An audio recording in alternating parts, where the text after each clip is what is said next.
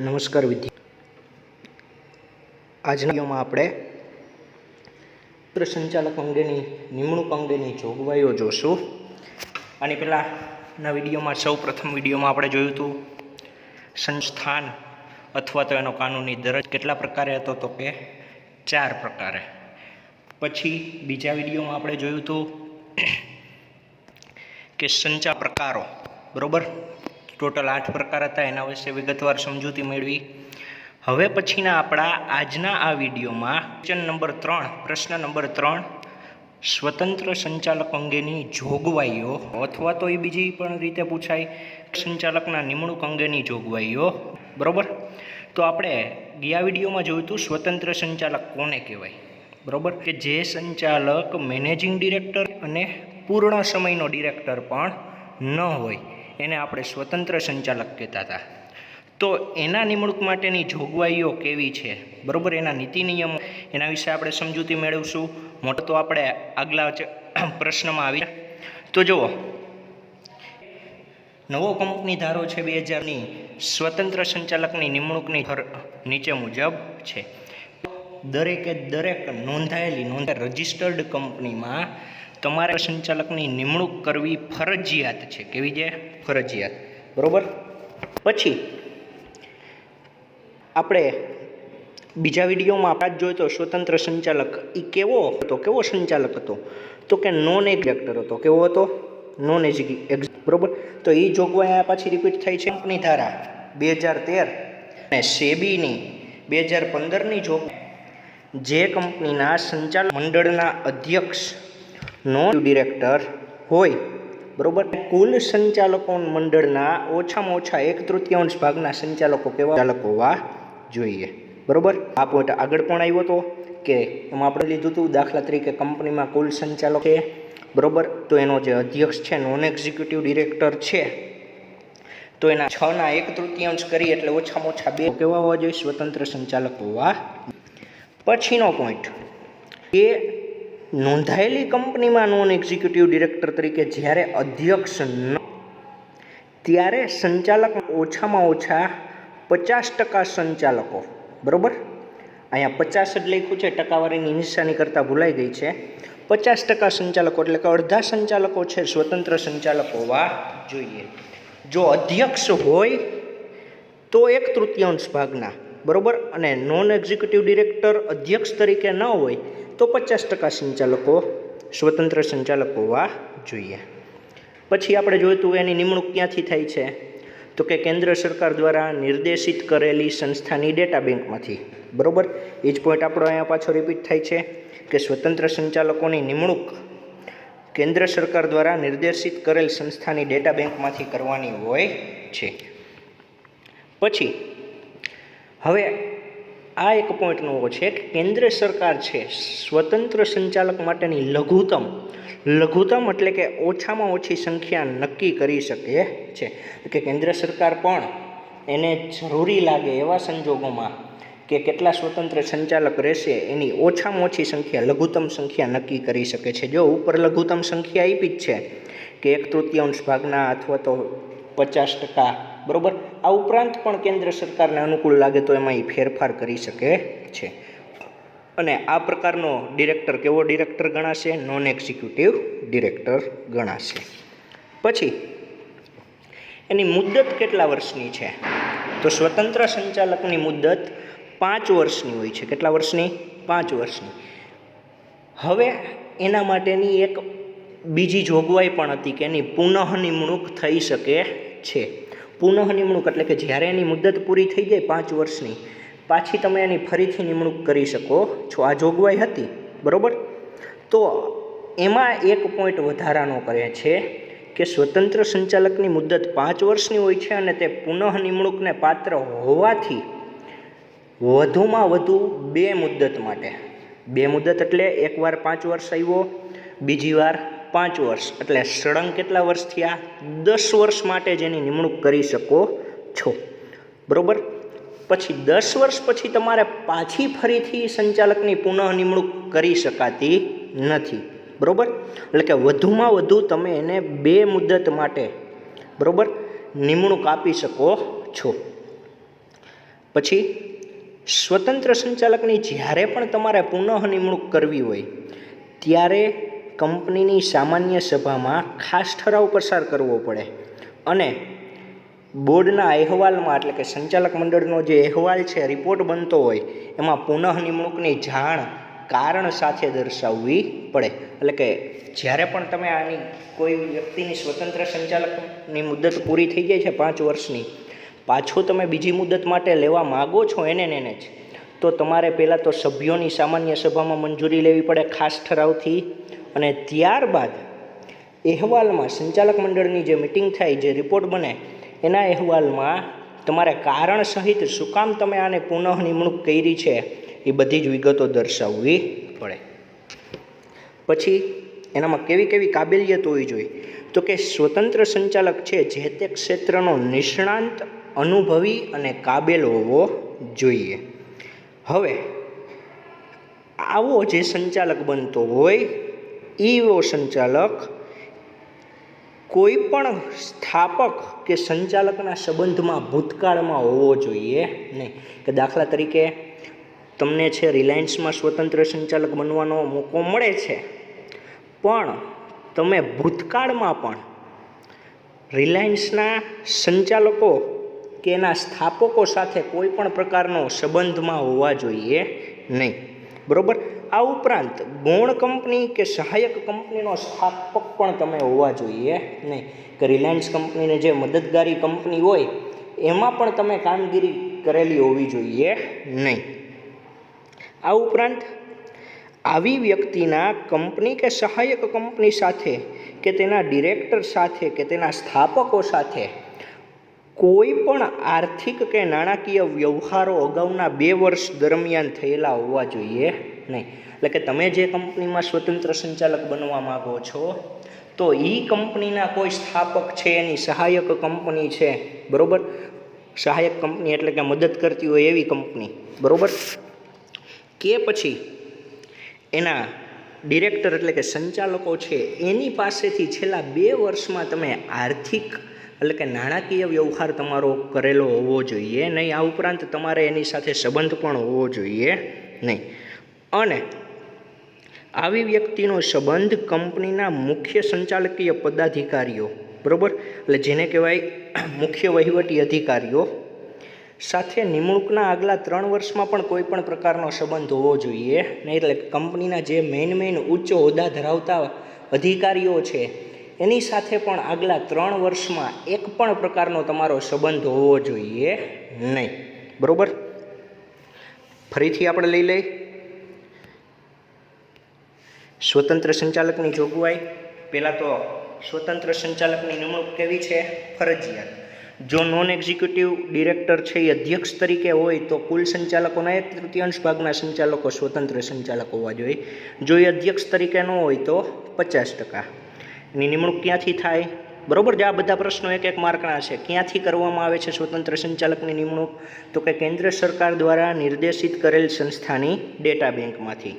આ ઉપરાંત કેન્દ્ર સરકાર લઘુત્તમ સંખ્યા નક્કી કરી શકે છે. આ કેવો ડિરેક્ટર છે? તો કે નોન એક્ઝિક્યુટિવ ડિરેક્ટર, બરાબર. પછી એની મુદત કેટલી છે? 5 વર્ષ. વધુમાં વધુ કેટલી મુદત માટે આવી શકે? 2 મુદત માટે. 2 મુદત એટલે સળંગ 10 વર્ષ, બરાબર. પુનઃ નિમણૂક કરવી છે તો કોની સભામાં ઠરાવ પસાર કરવો પડે? કેવો ઠરાવ પસાર કરવો પડે? તો કે ખાસ ઠરાવ, બરાબર. પછી એ નિષ્ણાંત અને અનુભવી અને કાબેલ હોવો જોઈએ. પછી ભૂતકાળમાં કોઈ પણ કંપનીના સંચાલકો છે એ જે કંપનીમાં સ્વતંત્ર સંચાલક બનવા માગે છે એની કંપનીના સંચાલકો સાથે કે એના મુખ્ય પદાધિકારીઓ સાથે છેલ્લા 2 વર્ષમાં કોઈ પણ પ્રકારનો નાણાકીય વ્યવહાર પણ ના હોવો જોઈએ અને અન્ય 3 વર્ષ સુધીનો કોઈ સંબંધ પણ ભૂતકાળનો હોવો જોઈએ નહીં, બરાબર. તો આ છે સ્વતંત્ર સંચાલક અંગેની નિમણૂક અંગેની જોગવાઈઓ. પછીનો આપણો પ્રશ્ન છે સંચાલકોની જવાબદારીઓ જણાવો, બરાબર. અથવા તો એમ પણ પૂછાય, ટૂંક નોંધ લખો સંચાલકની જવાબદારી, અથવા એમ પણ પૂછાય સંચાલકની દીવાની અને ફોજદારી જવાબદારી વિશે નોંધ લખો, બરાબર. તો પહેલાં તો આપણે એ જોઈ લઈએ કે સંચાલકોની જવાબદારી કેટલા પ્રકારે છે? 2 પ્રકારે. 1 માર્કમાં પૂછાય છે કે કંપની પ્રત્યે સંચાલકોની જવાબદારી કેટલા પ્રકારે છે. પહેલું દીવાની જવાબદારી. કેવી જવાબદારી? દીવાની. અને બીજું ફોજદારી જવાબદારી. દીવાની જવાબદારીમાં પાછા 2 પ્રકાર પડે. એક કંપની પ્રત્યેની દીવાની જવાબદારી અને એક ત્રાહિત પક્ષકારો પ્રત્યેની દીવાની જવાબદારી. હવે જો પહેલો મુદ્દો જે આપણે ચાલુ કરી છે ને એ દીવાની જવાબદારીનો છે. શેનો? જે દીવાની જવાબદારી. તો હવે દીવાની જવાબદારી છે એ કહેવાય કોને? પહેલાં તો દીવાની જવાબદારી એટલે એવી જવાબદારી કે જેમાં તમારાથી કાંઈ મિસ્ટેક થઈ છે, ભૂલ થઈ છે, બરાબર, તો એના બદલામાં તમે એનું આર્થિક વળતર ચૂકવી દો, કે જે નુકસાન થયું છે ને એ તમે ચૂકવી આપો, એટલે તમે એ જવાબદારીમાંથી મુક્ત. બરાબર. એટલે એવા પ્રકારની જવાબદારી એટલે એને કહેવાય દીવાની જવાબદારી. તો જો દીવાની જવાબદારી પહેલાં છે, હેડિંગ નથી આપેલું, પણ પહેલો મુદ્દો આપણો ચાલુ થાય છે દીવાની જવાબદારી, કે કંપનીના સંચાલકો પોતાને પ્રાપ્ત થયેલી સત્તાનો દુરુપયોગ કરે કે તેનું ઉલ્લંઘન કરે કે અથવા તો પોતાની ફરજો બજાવવામાં નિષ્ફળ જાય કે બેદરકારી દર્શાવે ત્યારે સંચાલક જવાબદાર ગણાય છે. એટલે જો શું કહેવા માગે છે કે તમને જે સત્તા આપી છે તો તમારે તમારી સત્તાનો વ્યવસ્થિત ઉપયોગ કરવો પડે. બરાબર. જે કાંઈ કંપનીના નીતિ નિયમો છે, કાયદા છે, એનું પાલન કરવું પડે, એટલે કે એનું ઉલ્લંઘન કરવું જોઈએ નહીં. પછી પોતાની જે કાંઈ ફરજો છે એ વ્યવસ્થિત રીતે પૂરી કરવી જોઈએ. બરાબર. તો એમાં કાંઈક તમારી ભૂલ છે, બરાબર, તો એના માટે તમે પોતે જવાબદાર ગણાવ છો. અને આવી જવાબદારીને લીધે સંચાલકે કંપની અથવા ત્રાહિત પક્ષકારને જે આર્થિક નુકસાન થયું હોય તે ભરપાઈ કરવાની સંચાલકની જવાબદારી એટલે દીવાની જવાબદારી. હમણાં જ મેં તમને કીધું દીવાની જવાબદારી એટલે શું? કે આર્થિક નુકસાન તમે ભરપાઈ કરી દો, તમે નાણાં ચૂકવી દો, એટલે તમારી જવાબદારી પૂરી થઈ જાય. તમારી ભૂલ છે એના બદલામાં તમે ભૂલનું પ્રાયશ્ચિત કરો છો, કે હું મારી ભૂલ છે, તમને જે નુકસાન થયું છે એ હું આપી દઉં. એ પ્રકારની સંચાલકની જવાબદારી એટલે દીવાની જવાબદારી. એટલે આગળ કે છે કે દીવાની જવાબદારીને લીધે સંચાલકોની 2 પક્ષકારો પ્રત્યેની જવાબદારી ઊભી થાય છે, જે નીચે મુજબ છે. એટલે ત્યારે જ મેં તમને કીધું હતું કે સંચાલકોની જવાબદારીના મુખ્ય 2 પ્રકાર, દીવાની અને ફોજદારી. પાછું દીવાની જવાબદારીના કેટલા પ્રકાર? 2. એક કંપની પ્રત્યેની દીવાની જવાબદારી અને એક ત્રાહિત પક્ષકાર પ્રત્યેની દીવાની જવાબદારી. બરાબર. તો એમાંનો પહેલો પોઈન્ટ આપણે લઈ, કંપની પ્રત્યેની દીવાની જવાબદારી. ક્યારે ક્યારે ઉદ્ભવે? તો કે સંચાલકોએ સત્તા બહારના કાર્ય કર્યા હોય, બરાબર, તો તેવા કાર્યો માટે સંચાલક અંગત રીતે જવાબદાર બને છે ને જે નીચે પ્રમાણે તમે એની દીવાની જવાબદારી કંપની પ્રત્યે દર્શાવી શકો છો. તો પહેલું કે કંપનીના નાણાં કે મિલકતો અંગત વપરાશ માટે ઉપયોગ કરે. અંગત વપરાશ એટલે કંપનીના જે નાણાં છે, બરાબર, કંપનીમાં પડ્યા હોય એ નાણાં છે, સંચાલક પોતાના કામ માટે ઉપયોગમાં લેવા માંડે. બરાબર. અને આવી રીતે સંચાલકો કંપની સાથે વિશ્વાસઘાત કરે ત્યારે. બરાબર. ખરેખર કંપનીના નાણાં સંચાલકો લઈ શકતા જ નથી. બરાબર. એનો ઉપયોગ એ કંપની માટે જ કરી શકે છે. આમ છતાં એ પોતાના પર્સનલ ઉપયોગ માટે કંપનીમાં વિશ્વાસઘાત કરે, બરાબર, ત્યારે એની દીવાની જવાબદારી ઊભી થાય છે. પછી અપ્રામાણિક વ્યવહારોને કારણે જવાબદારી ઊભી થાય ત્યારે સંચાલક જવાબદાર બને છે. અપ્રામાણિક વ્યવહાર તો એને કહેવાય ગોટાળાવાળો વ્યવહાર, જેને આપણે કહીએ. બરાબર. કે તમને ખબર હોય છતાં પણ તમે એ કામ કર્યા જ રાખો એમ. બરાબર. કે ટૂંકમાં નાણાં છે એની ઊંચાપાત કરો, બરાબર, કે એમાં હિસાબમાં ગોટાળા કરો, એવા પ્રકારની અપ્રામાણિકતા દાખવો. તમે પ્રમાણિકતાથી કાર્ય કરો નહીં. બરાબર. પછી છે બેદરકારીના કારણે કંપનીને આર્થિક નુકસાન જાય. બેદરકારીના કારણે એટલે કે સંચાલકની બેદરકારીના કારણે, એને ખબર છે કે મારે આ કામ કરવાનું છે, છતાં પણ એ પોતાના કાર્યમાં બેદરકાર રહે, તો એના કારણે કંપનીને આર્થિક નુકસાન થયું હોય ત્યારે. કંપનીના હિસાબોમાં ઈરાદાપૂર્વક ખોટું કરે, જાણી જોઈને ગોલમાર કરે, ગોટાળા કરે. બરાબર. હિસાબ કિતાબમાં ખોટા ખર્ચા વધારે દેખાડી દે ને એવું કરે એમ. ટૂંકમાં જાણી જોઈને ગોટાળા કરે ત્યારે પણ એની કંપની પ્રત્યે જવાબદારી ઊભી થાય છે. પછી સંચાલક મંડળની સભામાં સતત ગેરહાજર રહે ને આવા સંજોગોમાં કંપનીને આર્થિક નુકસાન થાય ત્યારે કે ભાઈ સંચાલકોની જે કંઈ સભા બોલાવાતી હોય તો એમાં સંચાલકે હાજરી આપવી ફરજિયાત છે. જો એ ગેરહાજર રહે છે અને એના લીધે જ કંપનીને કંઈ નુકસાન થતું હોય તો એના માટે એ પોતે જવાબદાર બને છે. આ થઈ દીવાની જવાબદારીનો અંદરનો પહેલો પ્રકાર, કંપની પ્રત્યેની દીવાની જવાબદારી. પછીનો બીજો પ્રકાર છે ત્રાહિત પક્ષ પ્રત્યેની દીવાની જવાબદારી. હવે ત્રાહિત પક્ષ એટલે કોણ? કે અન્ય પક્ષકારો, બરાબર, કે જેમ કે ડિબેન્ચર હોલ્ડર છે, નાણાકીય સંસ્થાઓ છે, કર્મચારીઓ છે, બરાબર, દેવાદારો છે, લેણદારો છે, આ બધા ત્રાહિત પક્ષકારમાં આવે. તમારી ભૂલના લીધે એ લોકોને કાંઈ નુકસાન થાય છે તો એ ચૂકવવાની જવાબદારી એટલે ત્રાહિત પક્ષકાર પ્રત્યેની દીવાની જવાબદારી. કઈ રીતે કહે છે? જુઓ કે આપણે શેર કે ડિબેન્ચર બહાર પાડવા હોય તો કયું પત્રક બહાર પાડવું પડે? તો કે વિજ્ઞાપન પત્ર. તો વિજ્ઞાપન પત્ર એટલે કે જે જાહેરાત દર્શાવતું પત્રક છે એમાં જ તમે કોઈ માહિતી ખોટી આપી હોય અથવા તો જાણી જોઈને કોઈ માહિતી છુપાવો છો અથવા તો તમે કોઈ ગેરમાર્ગે દોરનારી બાબતો આપો છો કે માહિતી આપો છો જેના લીધે કંપનીમાં રૂપિયા રોકવાવાળાને આર્થિક નુકસાન થયું છે. ફોર એક્ઝામ્પલ, આપણે વિજ્ઞાપન પત્ર બહાર પાડ્યું, શેર બહાર પાડ્યા કે ડિબેન્ચર બહાર પાડ્યા, ત્યારે આપણે એવું કીધું કંપનીનો નફો 10 કરોડનો છે પણ ખરેખર હતો 1 કરોડ. આપણે જો આ માહિતી જાણી જોઈને ખોટી આપી, માણસો નફો જોઈને એમાં રોકાણ કર્યું અને ભવિષ્યમાં એને નુકસાન થયું તો એ સંચાલકોની જવાબદારી આવે, બરાબર, કે એ નુકસાન છે એ તમે ભરપાઈ કરો, કારણ કે ખોટી માહિતી આપવી જોઈએ નહીં. પછી છે સંચાલકો, બરાબર, આપણે એક પોઈન્ટ આપણે જોયો તો પ્રશ્ન નંબર પહેલામાં, ટ્રસ્ટી છે છતાં પણ નથી, બરાબર. એમાં આપણે જો ઘણું બધું કહેતા હતા કે કંપનીનો વહીવટ છે કંપનીના નામે જ કરવામાં આવે, સંચાલકના નામે થતો નથી.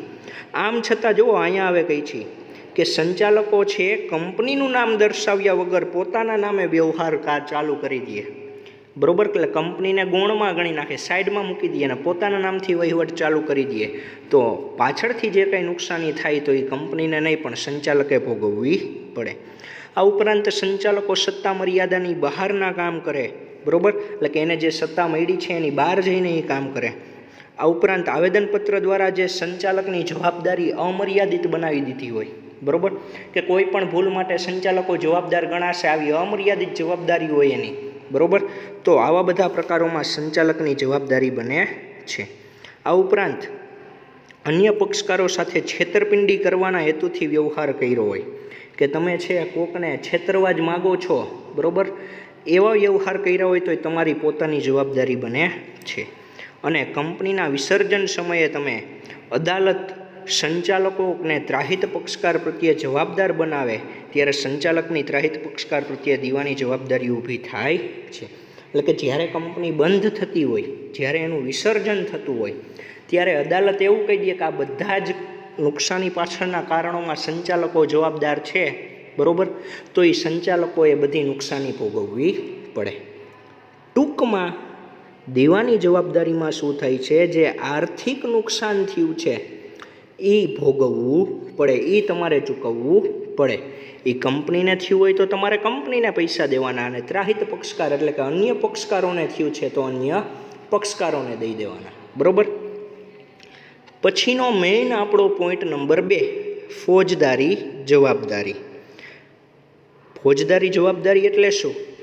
તો એમાં તમને નાણાકીય દંડ એટલે કે આર્થિક નુકસાન ભરવાનું પણ કહે અથવા જેલની સજા એટલે કે દંડ ખાલી, બરાબર, એ પણ કહે અથવા બંને કહે, બરાબર.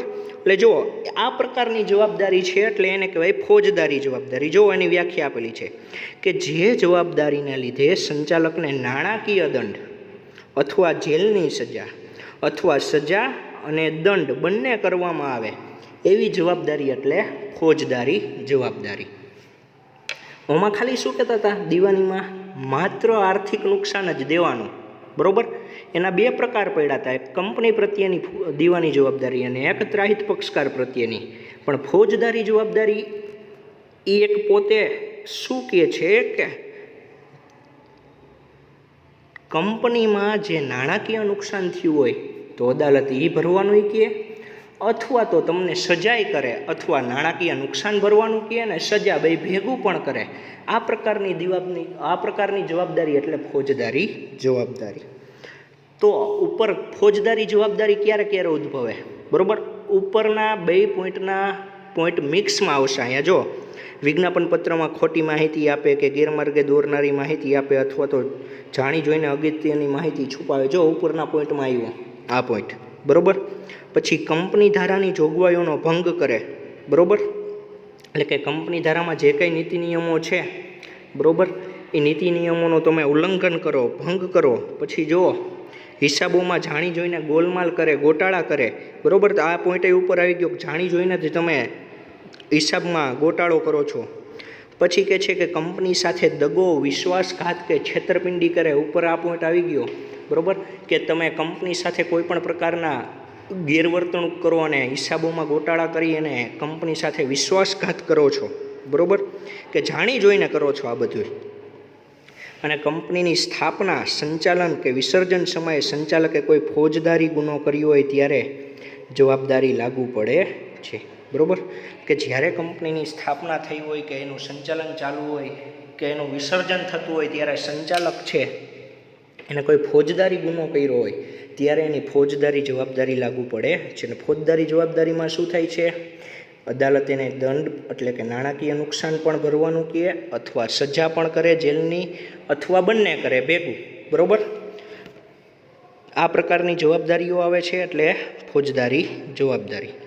અહીંયા આપણો પ્રશ્ન ત્રીજો અને પ્રશ્ન ચોથો, બરાબર, ટૂંક નોંધના 2 પ્રશ્નો છે એ પૂરા થાય છે. ખાસ વિદ્યાર્થી મિત્રો, તમારે કોઈ પણ પ્રકારની ક્વેરી હોય, કોઈ પણ પ્રકારનું તમારે કાંઈ ના સમજાતું હોય તો તમે મને કોન્ટેક કરી શકો છો અથવા તો સ્કૂલે અનુકૂળ સમયે રૂબરૂ આવી શકો છો, બરાબર. આ ઉપરાંત આવતા લેક્ચરમાં આપણે આના પછીનો પ્રશ્ન જોશું, બરાબર, કે સંચાલકો છે એના માટે આગળની કેવી કાર્યવાહીઓ હોય છે, બરાબર. તો મળીએ આવતા લેક્ચરમાં. જય હિન્દ, જય ભારત.